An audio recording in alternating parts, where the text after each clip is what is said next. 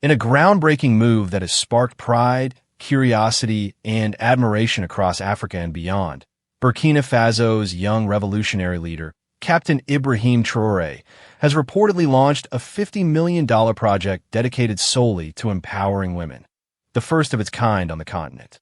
In a region where women's issues have often been relegated to the sidelines, this ambitious initiative signals a radical shift toward gender-inclusive development, led by one of Africa's most unorthodox heads of state, a leader unlike any other, Ibrahim Traore, a former military captain who came to power through a popular coup in 2022, has consistently defied international expectations. At just 36 years old, he is Africa's youngest president. Since his ascent to leadership, he has gained fame for his anti-imperialist stance, blunt criticism of Western exploitation, and bold commitment to Pan-Africanism. Unlike many leaders who pay lip service to women's rights, Traore's latest move shows a tangible commitment to transforming the lives of women in Burkina Faso and inspiring change across Africa. What is the $50 million Women's Project? Dubbed the Center for African Women's Excellence and Empowerment, the newly announced project is more than just a building. It is a national initiative with continental significance.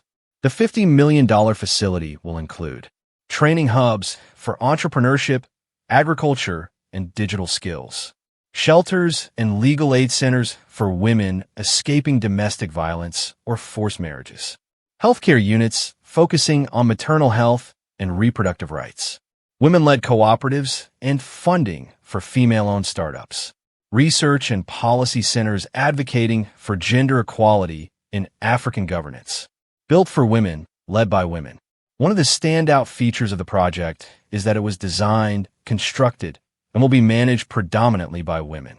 From the architecture to operations, Traore made it a point to ensure that women weren't just beneficiaries. They were at the forefront.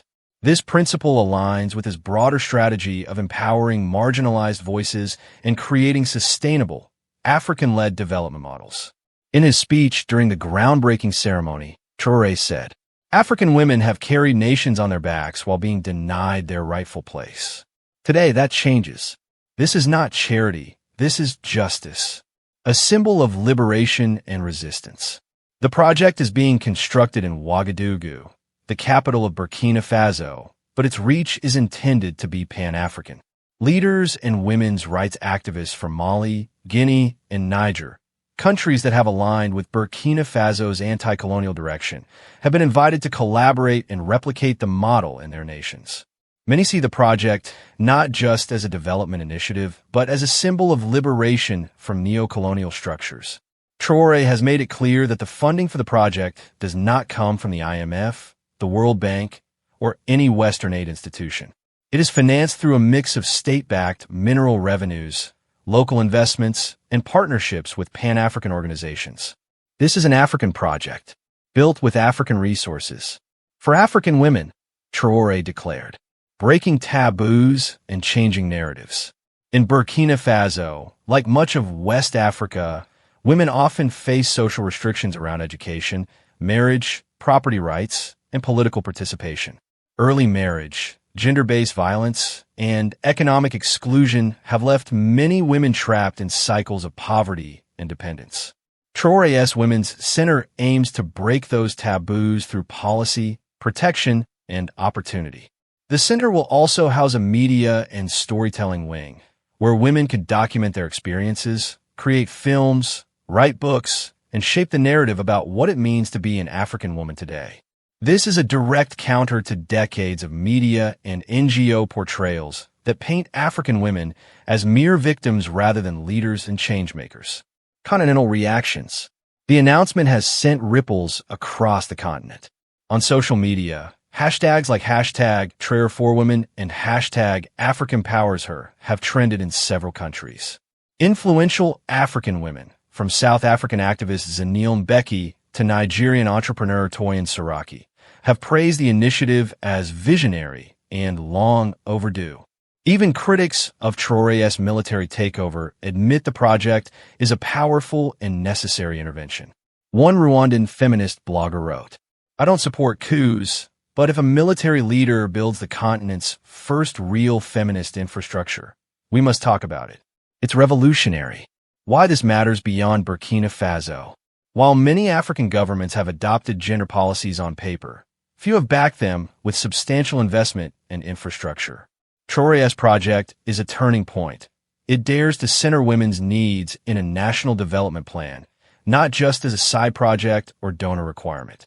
By dedicating $50 million to a single, women-led, women-focused project, the Burkina Faso government is challenging the entire continent to reevaluate its priorities.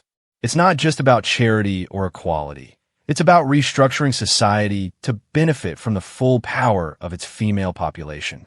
Could it be replicated? Several African governments, especially in the Sahel region, have expressed interest in studying the center's model.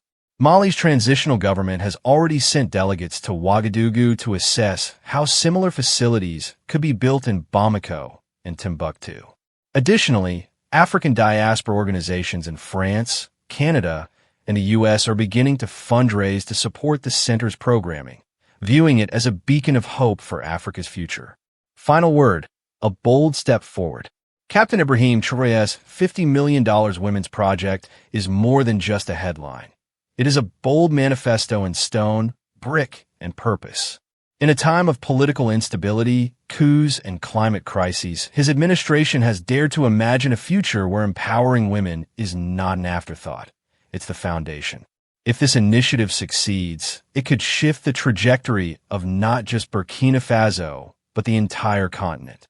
It proves that even in the most unexpected places, under military rule, in one of the world's poorest countries, radical change is possible when leaders listen to and invest in their women.